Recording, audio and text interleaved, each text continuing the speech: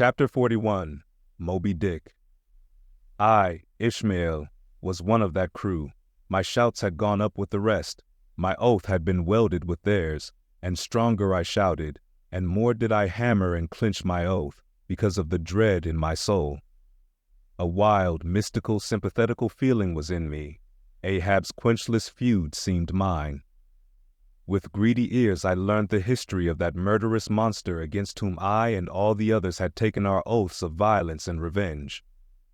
For some time past, though at intervals only, the unaccompanied, secluded white whale had haunted those uncivilized seas mostly frequented by the sperm whale fishermen. But not all of them knew of his existence. Only a few of them, comparatively, had knowingly seen him, while the number who as yet had actually and knowingly given battle to him was small indeed. For, owing to the large number of whale cruisers, the disorderly way they were sprinkled over the entire watery circumference, many of them adventurously pushing their quest along solitary latitudes, so as seldom or never for a whole 12-month or more on a stretch, to encounter a single news-telling sail of any sort, the inordinate length of each separate voyage, the irregularity of the times of sailing from home, all these, with other circumstances, direct and indirect, long obstructed the spread through the whole worldwide whaling fleet of the special individualizing tidings concerning Moby Dick. It was hardly to be doubted that several vessels reported to have encountered, at such or such a time, or on such or such a meridian, a sperm whale of uncommon magnitude and malignity, which whale, after doing great mischief to his assailants, had completely escaped them. To some minds it was not an unfair presumption, I say, that the whale in question must have been no other than Moby Dick. Yet as of late the sperm whale fishery had been marked by various and not unfrequent instances of great ferocity, cunning, and malice in the monster attacked. Therefore it was that those who by accident ignorantly gave battle to Moby Dick, such hunters perhaps, for the most part, were content to ascribe the peculiar terror he bred more, as it were, to the perils of the sperm whale fishery at large than to the individual cause. In that way, mostly, the disastrous encounter between Ahab and the whale had hitherto been popularly regarded, and as for those who, previously hearing of the white whale, by chance caught sight of him, in the beginning of the thing they had every one of them, almost, as boldly and fearlessly lowered for him as for any other whale of that species. But at length, such calamities did ensue in these assaults, not restricted to sprained wrists and ankles, broken limbs, or devouring amputations, but fatal to the last degree of fatality, those repeated disastrous repulses, all accumulating and piling their terrors upon Moby Dick. Those things had gone far to shake the fortitude of many brave hunters to whom the story of the white whale had eventually come. Nor did wild rumors of all sorts fail to exaggerate and still the more horrify the true histories of these deadly encounters. For not only do fabulous rumors naturally grow out of the very body of all surprising terrible events, as the smitten tree gives birth to its fungi, but, in maritime life, far more than in that of terra firma, wild rumors abound, wherever there is any adequate reality for them to cling to. And as the sea surpasses the land in this matter, so the whale fishery surpasses every other sort of maritime life in the wonderfulness and fearfulness of the rumors which sometimes circulate there. For not only are whalemen as a body unexempt from that ignorance and superstitiousness hereditary to all sailors, but of all sailors, they are by all odds the most directly brought into contact with whatever is appallingly astonishing in the sea. Face to face, they not only eye its greatest marvels, but, hand to jaw, give battle to them. Alone, in such remotest waters, that though you sailed 1,000 miles and passed 1,000 shores, you would not come to any chiseled hearthstone, or aught hospitable beneath that part of the sun, in such latitudes and longitudes, pursuing too such a calling as he does, the whaleman is wrapped by influences all tending to make his fancy pregnant with many a mighty birth. No wonder, then, that ever-gathering volume from the mere transit over the widest watery spaces, the outblown rumors of the white whale did in the end incorporate with themselves all manner of morbid hints, and half-formed fetal suggestions of supernatural agencies, which eventually invested Moby Dick with new terrors unborrowed from anything that visibly appears. So that in many cases such a panic did he finally strike, that few who by those rumors at least had heard of the white whale, few of those hunters were willing to encounter the perils of his jaw. But there were still other and more vital practical influences at work. Not even at the present day has the original prestige of the sperm whale, as fearfully distinguished from all other species of the Leviathan, died out of the minds of the whalemen as a body.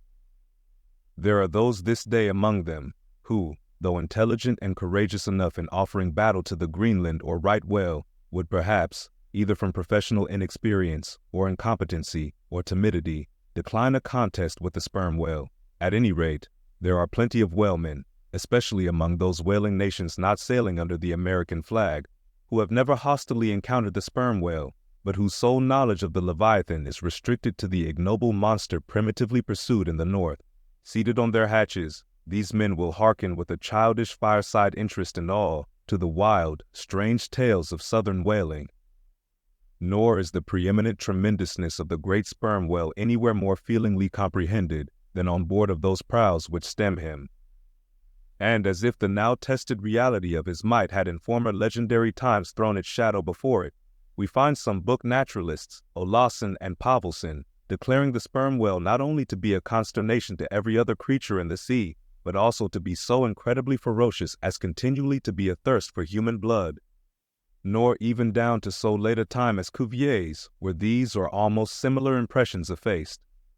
For in his Natural History, the Baron himself affirms that at sight of the sperm whale, all fish, sharks included, are struck with the most lively terrors, and, often in the precipitancy of their flight, dash themselves against the rocks with such violence as to cause instantaneous death.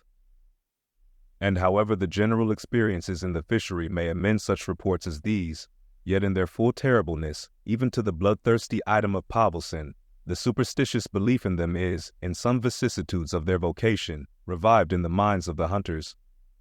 So that overawed by the rumors and portents concerning him, not a few of the fishermen recalled, in reference to Moby Dick, the earlier days of the sperm whale fishery, when it was oftentimes hard to induce long-practiced right whalemen to embark in the perils of this new and daring warfare, such men protesting that although other leviathans might be hopefully pursued, yet to chase and point lance at such an apparition as the sperm whale was not for mortal man. That to attempt it would be inevitably to be torn into a quick eternity. On this head, there are some remarkable documents that may be consulted. Nevertheless, some there were who even in the face of these things were ready to give chase to Moby Dick, and a still greater number who, chancing only to hear of him distantly and vaguely, without the specific details of any certain calamity, and without superstitious accompaniments, were sufficiently hardy not to flee from the battle if offered. One of the wild suggestions referred to, as at last coming to be linked with the white whale in the minds of the superstitiously inclined, was the unearthly conceit that Moby Dick was ubiquitous, that he had actually been encountered in opposite latitudes at one and the same instant of time. Nor, credulous as such minds must have been, was this conceit altogether without some faint show of superstitious probability.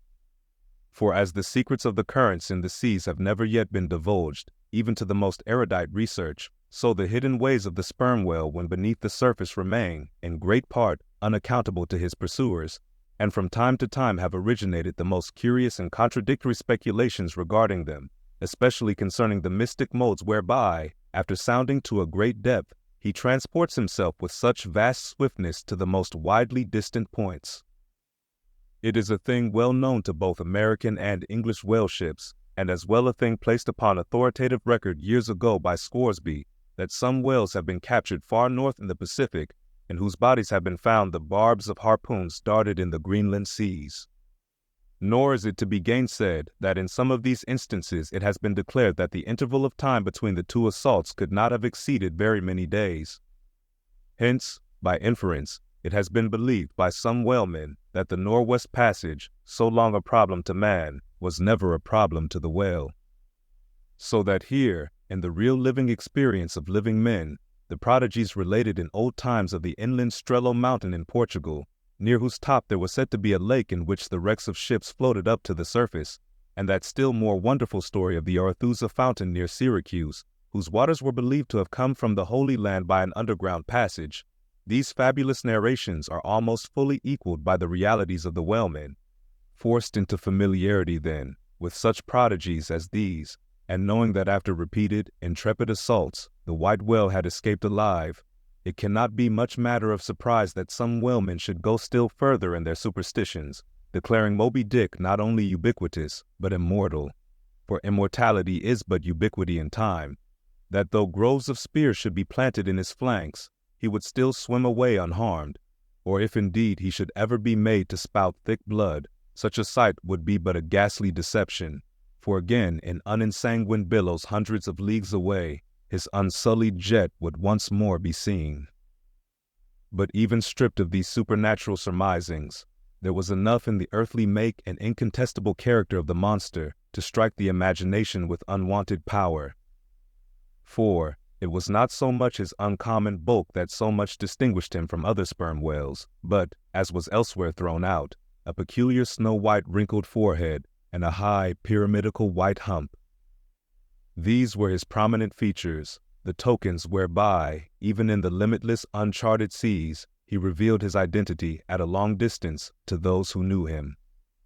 The rest of his body was so streaked and spotted and marbled with the same shrouded hue that, in the end, he had gained his distinctive appellation of the white whale, a name, indeed, literally justified by his vivid aspect when seen gliding at high noon through a dark blue sea, leaving a Milky Way wake of creamy foam, all spangled with golden gleamings. Nor was it his unwonted magnitude, nor his remarkable hue, nor yet his deformed lower jaw, that so much invested the whale with natural terror, as that unexampled, intelligent malignity which, according to specific accounts, he had over and over again evinced in his assaults. More than all, his treacherous retreat struck more of dismay than perhaps aught else. For, when swimming before his exulting pursuers, with every apparent symptom of alarm, he had several times been known to turn round suddenly, and, bearing down upon them, either stave their boats to splinters or drive them back in consternation to their ship. Already several fatalities had attended his chase.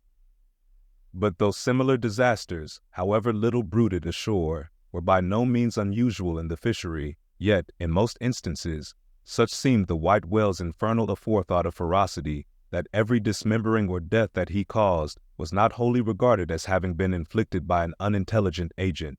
Judge, then, to what pitches of inflamed, distracted fury the minds of his more desperate hunters were impelled, when amid the chips of chewed boats and the sinking limbs of torn comrades, they swam out of the white curds of the whale's direful wrath into the serene, exasperating sunlight that smiled on, as if at a birth or a bridal. His 3 boats stove around him, and oars and men both whirling in the eddies. One captain, seizing the line knife from his broken prow, had dashed at the whale, as an Arkansas duelist at his foe, blindly seeking with a 6-inch blade to reach the fathom-deep life of the whale. That captain was Ahab, and then it was that suddenly sweeping his sickle-shaped lower jaw beneath him, Moby Dick had reaped away Ahab's leg, as a mower a blade of grass in the field. No turbaned Turk, no hired Venetian or Malay, could have smote him with more seeming malice. Small reason was there to doubt, then, that ever since that almost fatal encounter, Ahab had cherished a wild vindictiveness against the whale, all the more fell for that in his frantic morbidness he at last came to identify with him not only all his bodily woes, but all his intellectual and spiritual exasperations. The white whale swam before him as the monomaniac incarnation of all those malicious agencies which some deep men feel eating in them, till they are left living on with half a heart and half a lung. That intangible malignity which has been from the beginning, to whose dominion even the modern Christians ascribe 1/2 of the world's, which the ancient Uphites of the East reverenced in their statue devil, Ahab did not fall down and worship it like them, but deliriously transferring its idea to the abhorred white whale, he pitted himself, all mutilated, against it. All that most maddens and torments, all that stirs up the lees of things, all truth with malice in it, all that cracks the sinews and cakes the brain, all the subtle demonisms of life and thought, all evil, to crazy Ahab, were visibly personified and made practically assailable in Moby Dick. He piled upon the whale's white hump the sum of all the general rage and hate felt by his whole race from Adam down, and then, as if his chest had been a mortar, he burst his hot heart shell upon it. It is not probable that this monomania in him took its instant rise at the precise time of his bodily dismemberment. Then, in darting at the monster, knife in hand, he had but given loose to a sudden, passionate corporal animosity, and when he received the stroke that tore him, he probably but felt the agonizing bodily laceration, but nothing more. Yet, when by this collision forced to turn towards home, and for long months of days and weeks, Ahab and anguish lay stretched together in one hammock, rounding in midwinter that dreary, howling Patagonian cape, then it was that his torn body and gashed soul bled into one another, and so interfusing, made him mad.